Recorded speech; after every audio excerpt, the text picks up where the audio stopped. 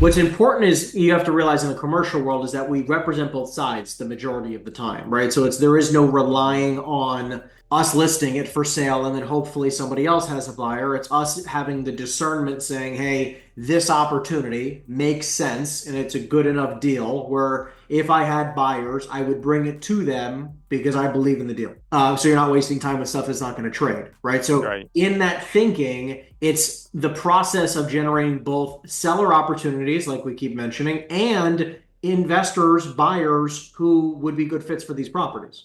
And it's Yep. building both of those lists. So what I see is that over the next 6 months, 12 months, next couple of years of your career, it is building a foundation of wonderful VIP buyers, dozens of them, not hundreds, but dozens of good ones for Mhm. specific assets, right? So like you have your multi guys, you have your industrial guys, you have your retail guys, right? Like this is sort of how I have my business set up, right? Like so I have a few in each category where I know whatever I pick up, I can pick up the phone and Yep. I can call these few people. And I know that if it's within X criteria, these guys are going to give me an offer, right? So how do you recommend I find more of those guys? Like I have a couple with deep pockets, not So let's sure go how through it. deep. Some of them go very deep but are not wanting to do business. Some of them want to do business, but I'm not sure how deep their pockets are. I can go on CoStar and find people who are trading that asset class we're acquiring, obviously. I Yep. mean, I can approach them and say, "Hey, I got a deal. Do you want it?" You know. Well, look, so Um, let me show you. So like there's a couple things here, right? So I'm just about to share my screen. So I was just trying to log into the mhm. account. So this is I'm going to show you Reonomy real quick. Okay. Take Reonomy. You're in what is it? What county are you in? Orange County, County of Orange, Santa Ana, down there. I see it. No, I'll just do go LA back. County. Go back to what you were putting in there. It was down there. No, Count. this doesn't matter Okay, down that's here. fine. Yeah, You so can here, right? Let's declare just it. do this, okay? Just to give you some reference, because you can do it with anywhere. It doesn't really matter. But take LA County for a second. Because what you can do is just like, okay, let's just say that you're going to do industrial, right? Like just like you had mentioned. You're going to do, like not brand new stuff. Like this is if we're going to create a prospecting list. I'm going to show you Uh, one thing at a time, Yeah, right? I So would circle the area she wants to be in Hacienda Heights, but yeah, yeah, but so I'm saying we could do it anywhere, any area, right? So hmm we do, let's just say before 2000, we want to say how big is of a property does she want as an example? 10 to 20,000 square feet. All right, so let's just say that we do 7,000 to 30,000. Obviously, she's going to look at like you're not going to find somebody who just bought something 2 years ago who wants to sell it for a fair and reasonable price. So we're going to start with the opposite. We're going to something it's been owned for 20 years. Obviously, they're going to have to include a phone number. And Yep. ideally, we want somebody who owns maybe two properties or less in their portfolio. You can see here that there's only 1,500 properties that meet this criteria in all of Orange County. And again, you could do a company, you could do a person, if you want to start with a person starting, because these will probably be more motivated than if they were in a company and had multiple owners, right? Yeah. Yeah. So you can call something like this as an example. You said Hacienda. Hacienda Heights. Yeah. City of Industry. That area. Let me get rid of LA County. Walnut. So, like as an example, if we called this list, Hacienda Heights is one. Yeah. But we can go backwards a little bit. Let's say we call every. Uh, City of Industry. we'll just get rid of that. You said industry. City of Industry. Norway's everything. What's the town over? Maybe it's across. It's in the Orange County. I don't know. It should be in LA actually. It should be in LA County because the taxes are terrible up there. I think they just have it as here we go, orange. That's why it's just orange. It's not Orange County. We just call it Orange County. So in Orange County, right, like we have 2,300 properties. Now, obviously, we just have to put back the two things here. We said this, we said that. So that's 733. So like I would start with this list, right? Like if I'm you, I'm calling this list. Now, obviously, you can even do the 7,000 like we just said and the 30,000. So now you got 348 properties you're going to prospect. Now, here's where the magic happens, right? So now while you're prospecting this list, which I think would be a wonderful seller prospecting list, give you the highest likelihood of finding someone who might be willing to sell it for a fair and reasonable price. What you do is now you do the opposite to find your buyers. So just in case Sally, as an example, doesn't want to buy it, what you do is the following. You flip it around. So now you do something that you, instead of saying it hasn't sold in 20 years, you say that it has sold within the last 2 years. Because now you do apply and then you go to owners. Because now I can see every single person who owns something in that area. Now you have to get rid of the freaking two property thing because that would screw that up. Anyways, this is all the buyers who you would need to know if hypothetically your buyer, Sally, whoever, might want to buy it, right? If she doesn't want to buy it, these are the people you can call. Those are potential buyers because they're buying stuff like that. Correct. And you can see exactly what, how many properties in the search. So these people own these many properties within Orange County. This is their total portfolio amount. This is how much their total portfolio is assessed for. And then you can even see when they last bought something. So obviously you want to know that they bought something very recently. So it's like, okay, well, this person owns 34 properties. James, I would really want to get to know James. He owns a bunch of industrial stuff. Yeah. Leonard owns a bunch of industrial and just bought this year. Obviously, if I look here and like someone hasn't bought something since like August of 2023 and owns one property, the odds of them buying another is slim to none. So like I want to make sure that their minimum properties in portfolio, like again, you could go opposite. So I'll do like minimum 2. So I'll hit apply.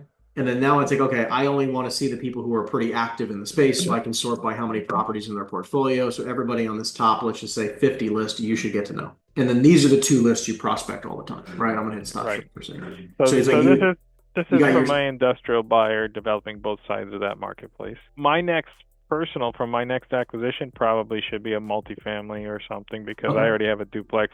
I could exchange it for something else. So if I was representing, you can exchange it buyer into anything. You can exchange it into an industrial property. You can exchange it into a triple net deal. So I was thinking of developing a clientele based on my location more than my vertical silo, just because there wasn't any really clearly defined vertical silo here. Like I've got some multifamilies, by the beach, but nowhere else, maybe Santa Ana have some, some of the old cities. So what I've done is the opposite, right? Like what I do is I expand geographically to the whole state and I try to, and obviously now I'm not as niche as I was, but I was like, hey, like I was the multifamily guy, not just in my area, but this state. Like, and I would just prospect all the small multi stuff, 20 units or less is what I focused on in the whole state of New Jersey.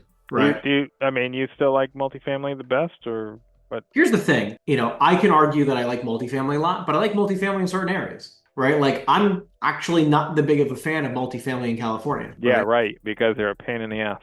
100%, and it's not a very tenant-friendly state. Right, and that's why it's not a landlord-friendly state. It's too tenant-friendly. Yeah, not a landlord-friendly state. Yeah, exactly. That's why it was people moving their assets from the residential into something else, commercial. Exactly. So that's why, and there's not as many buyers for multifamily. Now, look, you can take multifamily properties, and you can go. There are still a lot that moves, and like the small multi stuff, right? The sub 20 units. A lot of people still look to buy that kind of stuff in California for some reason. Yeah. However, do I think that that's the only asset class I would focus on? Probably not. I think industrial is really hot in California. Yeah, we have a big port here. I mean, it's a little bit hard right now. It's going down right now because it was way overpriced. Well, look, here's the important thing, right? Like I think retail and I think industrial is pretty hot in California. Okay, obviously depending on the submarket. Retail. But what's important to understand is that I'm not intentionally trying to call like prime stuff, because every broker and their mother's calling them. My team, we burn and churn, $1 million stuff to $10 million product. Like million to 10 million, million to 20 million stuff is what we burn and churn all day. And we'll just sell. Like I'm the kind of guy where I'm like, look, you might not see my face selling huge whatever deals where everything's really cool and traded, but I just burn and churn a lot of small stuff and I don't care, right? Like it's just like it sells consistently. It's the easiest stuff to sell. Most people have it. And I'm not competing over 70 brokers trying to sell a $200 million deal. Like, so probably sometimes just prospect whatever we have a lot of. It doesn't really matter if it's retail or industrial, whatever. Exactly. I'll stay on my path of moving people out of residential into multifamily. I'll stay on the residential to something commercial just because it's more California friendly. Yep. If I do multifamily, it'll be somewhere else, some other state. I don't know. Yeah. Texas. I think that's the right mindset here, right? And just like niching down to like this small 5,000 to 50,000 square feet product, right? Retail, industrial. There's so much of it in California. It's crazy. And you don't have to deal with the same bullshit laws. No, the industrial deal I did last year that I sold was easy. I mean, it was like here's the keys, goodbye. Yep. I didn't have to do all these disclosures. I didn't have to do all this shit. They knew what to do. They had their own contractors. They came in, took care of it. Yeah. That's what it is. And it didn't take any time to sell. I sold it to some Chinese lady with tons of money. They paid cash.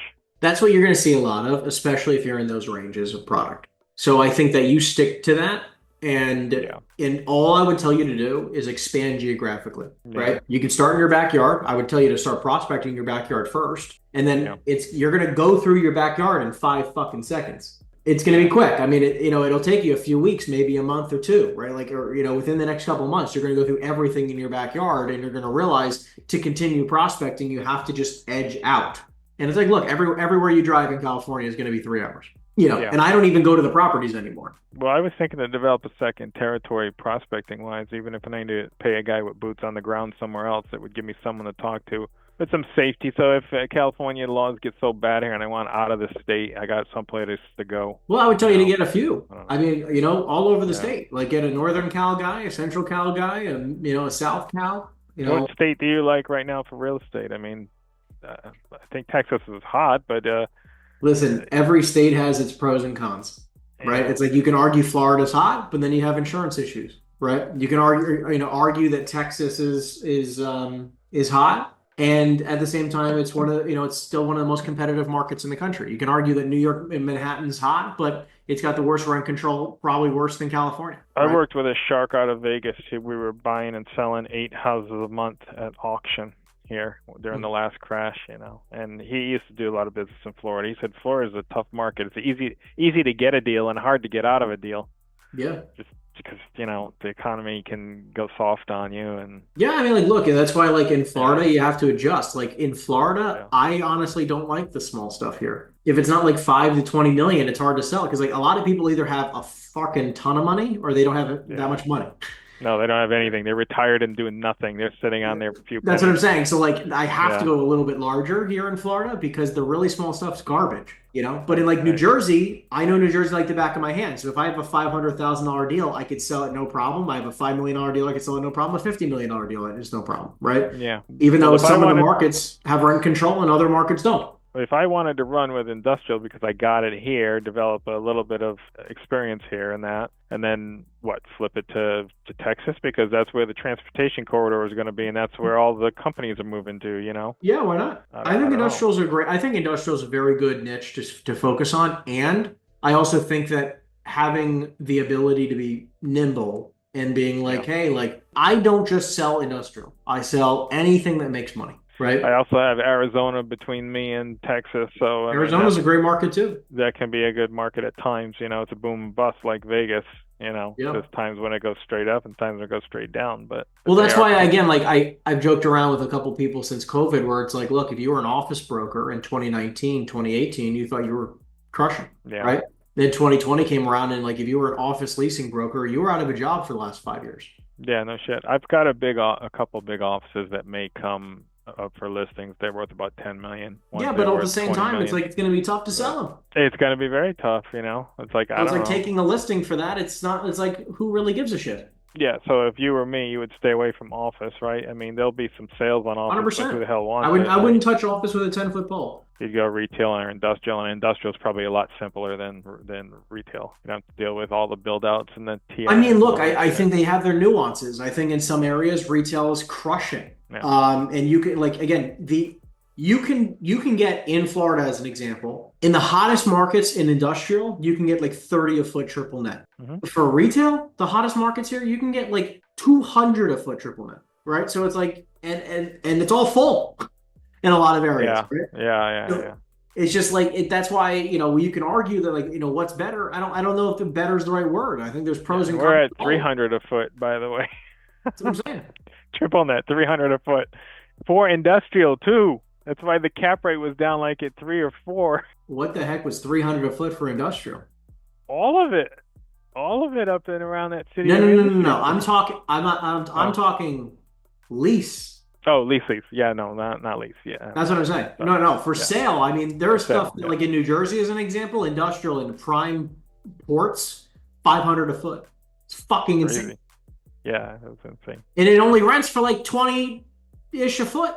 Yeah, that's why the cap rate was so low on this stuff. Doesn't I was make looking any at sense. it like it's a big, ugly, empty building for 3 cap, 4 cap. Exactly, but like I like to focus on where I can make money, right? Like, because I know that if I can find places to make money, then people are also going to want to buy it. That's why, look, I think California's a tough area because people are just overpaying like crazy. Yeah, it is tough. It's tough right now because we're on the downside, but it tends to grow the most out of anywhere. No, for sure, for sure. I mean, look, And there's a ton of money the there. I paychecks mean, are people big. people are just overpaying, so it's like it's hard to know when it's a good deal or just someone's overpaying to overpay. I honestly think they skewed all of the, with this inflation thing by printing so much money. They just basically moved the line up, right? Everybody Oh, used to pay 100%. this, and now we all pay this. Yep, It's just a different curve. They printed us into a different curve. I agree with you So 100%.